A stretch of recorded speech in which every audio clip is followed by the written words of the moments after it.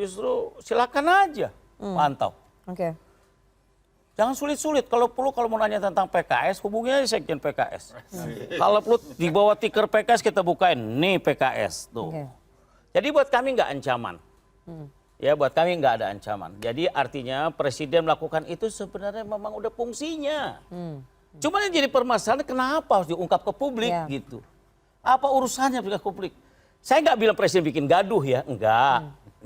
Jadi kenyataan faktanya jadi membuat orang banyak pada bertanya-tanya, ada apa di balik ini? PKS juga menanyakan itu ya, bertanya-tanya kenapa presiden harus mengumbar kenapa harus itu ke publik ya, memegang data intelijen. Jadi sebenarnya sih juga nggak ada dosa, nggak ada apa-apa, nggak ada masalah dan nggak ada pelanggaran gitu.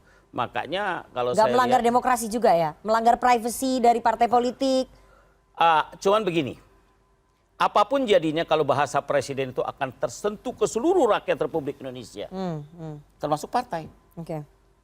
Perasaannya nyaman atau tidak nyaman tergantung kembali ke partainya. Atau kalau ditujukan ke partai mana sih yang dimaksud?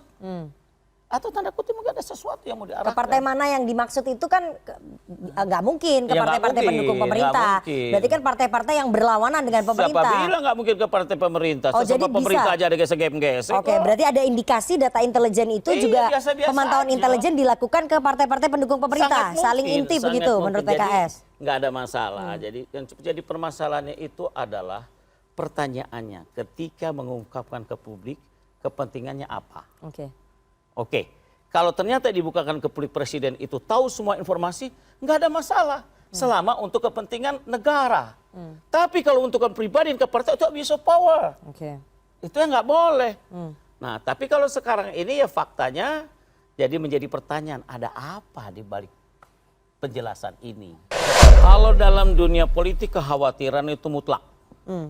Apalagi datang dari seorang presiden yang menjelaskan masalah-masalah yang sebenarnya udahlah fungsi mereka, fungsi beliau.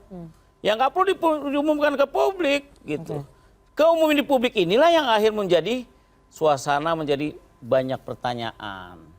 Banyak kesan-kesan dari banyak masyarakat. Saya nggak bilang gaduh, cuma faktanya begitu. Tapi khawatir dong. Tapi kalau kekhawatiran ini pasti harus ada. Karena penilaian-penilaian itu seakan-akan ada sesuatu yang akan diarahkan.